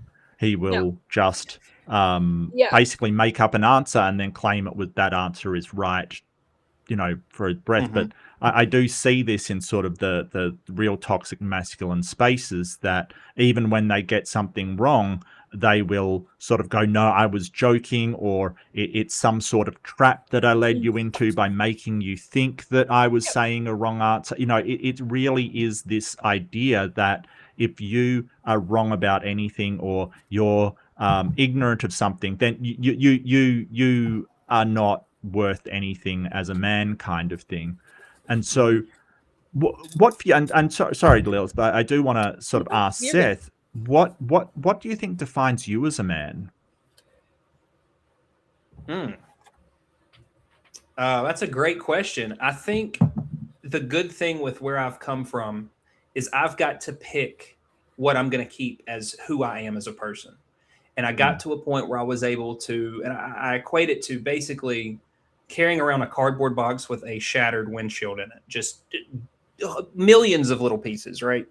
Right. And I got to go through and pick out what I want to keep and what I don't. And so the version of myself that I'm building now is focused heavily on empathy and kindness to people I care about, because why would you not be? Kindness to others who are in the same boat as you are. And maybe you know nothing about them, but being kind and being respectful and trying to have intelligent conversations with people, that's sort of what I'm building myself to be. But I think the question you actually ask is, how do I define myself? And I feel like I am someone who is just trying to be as intellectually honest with myself and those around me as possible, and to be the best person I can in the lives of the people I love and care about, whether that's Lil or my kids or my coworkers. I just am trying to be a version of myself that's better than what I used to be. And I'm not sure if there's a definitional term for it, but that's who I am these days, if that helps. Okay. I don't think that covers what makes a man, though. No, it was kind of, I said I wouldn't do gotcha questions, but I don't know. It kind of, to me, it's kind of a question of, like, I think that genders really are just a construct kind of thing. They're just a social construct. So I don't disagree with anything that you said. Somebody that is, just sort of honest, has integrity and all of that thing. But I don't see why women can't have the same traits. So, right. Yeah, I think it's very, very vague, and it's sort of a very personal notion of what it means to be a man. So, right. What it means to be a man. I to be honest with you, I will do it here live. I don't know how to articulate that, because I'm still learning and unlearning a lot of what I was told. You know what I mean? Yeah. I am comfortable saying definitionally, I don't exactly know. That's fine. No, I am working towards understanding what that role would be more, because, you know, I'm learning when you come out of something that the LGBT community are demon possessed, evil people, this and that. Right. Of course, you don't understand any concept on gender or sexual expression or any of those things. Right. I'm still learning that. So I guess I'm going to ricochet this back to you, since I don't have a good answer. What, as a male, what do you think that is? Because I would like, at this point, I'd like to hear. Well, I think it's subjective, but intersubjective. It's a normative term throughout society, what we say a man is, basically. And I'm not talking about sort of any kind of genetic chromosomes or anything like that, but the idea of manhood in our society. And I think that it really goes into, like I said, integrity, being a nurturer. So, you know, sort of a very sort of protective nurturer, being stalwart and firm in your beliefs, having, you know, a mindset that is a certain way of guardianship and things, but that is subjective, right? I'm just saying that's what it means to me. It may mean other things to other people, and I think our ideas of manhood are intersubjective, that we all sort of come together with what they are, and then we agree on them as a normative or a standard term within society. And I think that other people have different ideas of what they are, and I go, oh, that's totally fine. That's your sort of ideas of what being a man is. But that's my idea, because that's how I feel as a man, that identity. But I'd love to know from Lil what her idea of being a woman is, how she would define womanhood. Yeah, I tend to be fairly feminist on a woman's whatever the hell you want. Like, if I want to be an academic and a history professor, then that's what I want to do. If I and I've had a lot of people ask me, like, well, what, you think women shouldn't stay home and work? If they want to be a stay-at-home mom, they should have that option. They should absolutely have the option. They should have the option to have 16 kids. They should have the option to have none. They should have the option to marry whoever they want, to not marry at all. They should have the option to do whatever they want, and to put, like, you know, to say, like, you know, what, you know, like, you know, what makes a woman, like, to try and fit that into a box is you can't do it. It's just like we're just like humans. We're so varied and we're so different. Yes. Like, I mean, some of my best friends, like Ember and Jess and Kelly, we are all completely different. AJ, I mean, all the Java and Jugs girls. I mean, we're all really, really different, but we all fit into that category of woman, because that's what we define ourselves as. I guess I just want to push back on the idea of manhood being about violence and strength and all of these things that are sort of you know, really archaic terms for what that means. And you know, I think that I guess I just wanted to talk about it with Seth, what it means, because I find this subject fascinating, even though I don't particularly enjoy debating it, to be honest with you, because it's, well, you know, the people are terrible. Right. And I guess I'll add a little bit to my answer now that I've heard Lil's. You know, for me as a man now, supporting my 3 daughters in whatever they want to do. If you want to shave your head or color it green, or grow up and be a vet, or grow up and start a company or whatever, you know, I want to support them because I love them and my kids. And yes, they are women, but I think a man who gets behind a woman's equal treatment and the ability to view a woman as a partner instead of a piece of property that they can work with. And Yes. I mean, when me and Lil started talking, I hope you don't mind me sharing this, but we both said, you know, we're here to make each other's lives better in whatever way we can, make each other happier and make things easier on each other. And let's just see how that works. And that's literally all we've done every day since day one. And it's just continuing to work. Right. But the mindset is, I don't know jack about a lot of things. A lot of it's because of my education growing up. My girlfriend's super smart. So a man to me is someone who goes, hey, you have a physics question, or I have a physics question. You have the answer. Right. Help me. This is amazing. I have a history expert, and I've got a physics expert right at the tip of my, you know, on my phone. Why would I not take a advantage of that and learn instead of having this attitude of, you know, I can't learn anything like she went through. You know, you're a woman, you can't teach me anything. So for me, manhood's accepting women and being being able to treat them as equal. I want Lil on my Call of Duty team. That's what basically I'm. Yeah, absolutely. Lil is a little bit preoccupied and distracted. Yeah, we were going to play Civilization. Absolutely, we've got to do that. Are you in? We can talk after the show, but that would be. Yep. I don't remember that. Okay. Yes. Mark, yeah, we did. Which version? We talked about it. Let me nerd for a second. Which 5, 6? 5. Lil likes 5. Yeah. So I've got 6 and.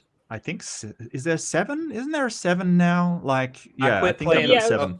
Even casually at 5, so that would be great. Yeah, sorry. That's fair. That's fair. Nerding out over, but let's do it. But that's a great place to put a pin because I want to talk to both of you again. Okay, I really do. This has been absolutely fascinating, getting a background, and everything we've discussed is just interesting. But I feel like we've kind of scratched the surface and could have, you know, there's so much more. And I said it usually goes for an hour and a half. It's almost 2 hours. So I apologize. It always happens when I get fascinated with my guests. You can't get away from me. And, you know, it's lucky it's not 5 hours. But thank you so much for coming on. I really appreciate it.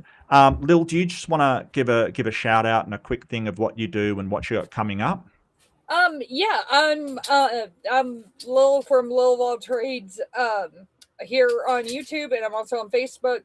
I do Politicality on Thursdays and Sundays at 1 p.m. Eastern time. I am also on Ember's channel quite a bit. I do live streams on mine. Me and Seth have a series called Candle in the Chaos that comes out every couple weeks. This next time around, the outtakes will be on my channel. The actual video will be on his. And yeah, I'm around. I'm all over the place. Usually on Dr. Ben's trivia streams too, which are a lot of Dr. Ben's trivia. Yes. I have the worst nickname on whenever we play Jackbox games. so you have to tune in over there to see what it is. Is it the nickname that I gave you? I gave you a nickname at one point. No. Okay, got you. No, it's become more unhinged, Mark. Okay. Hey, unhinged is good.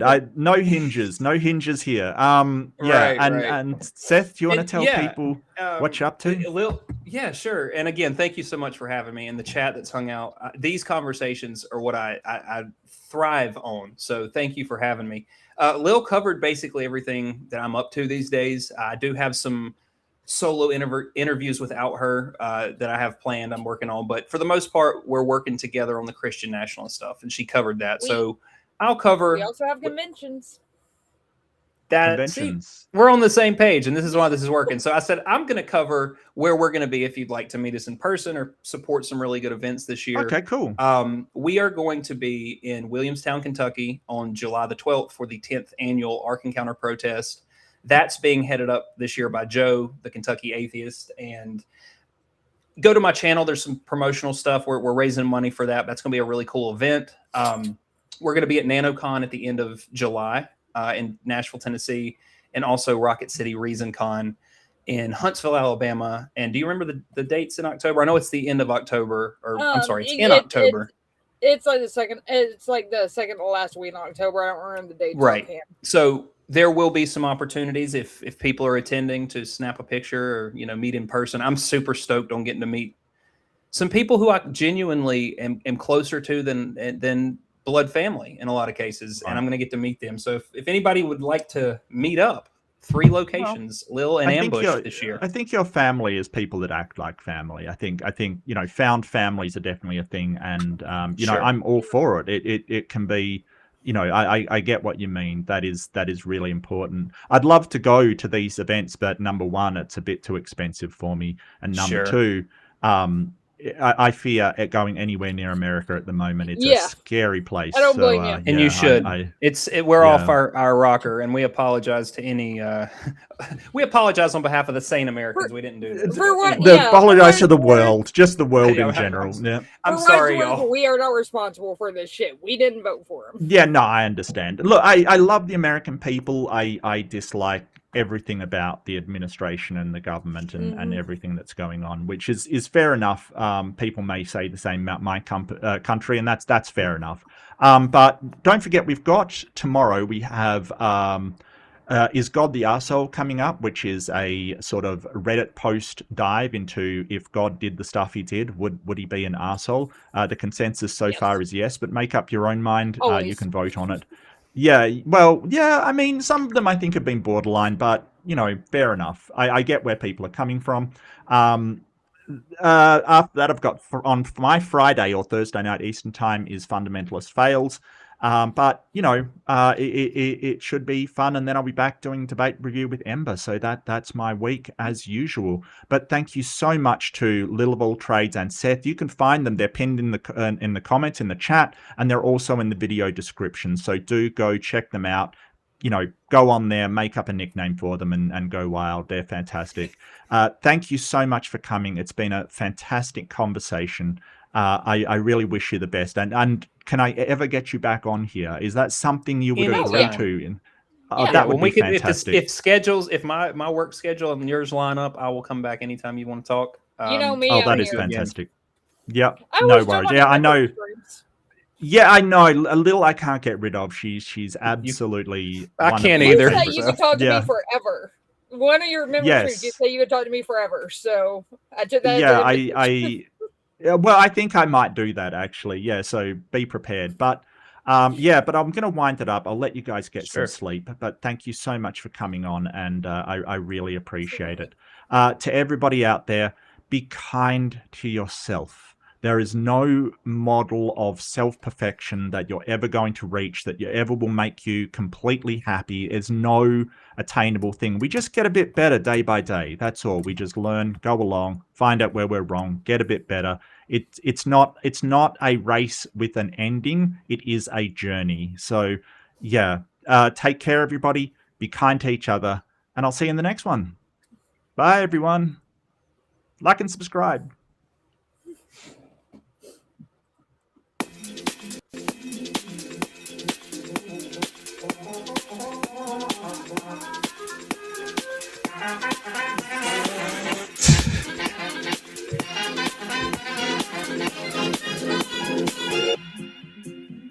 To what new horizons can we look now?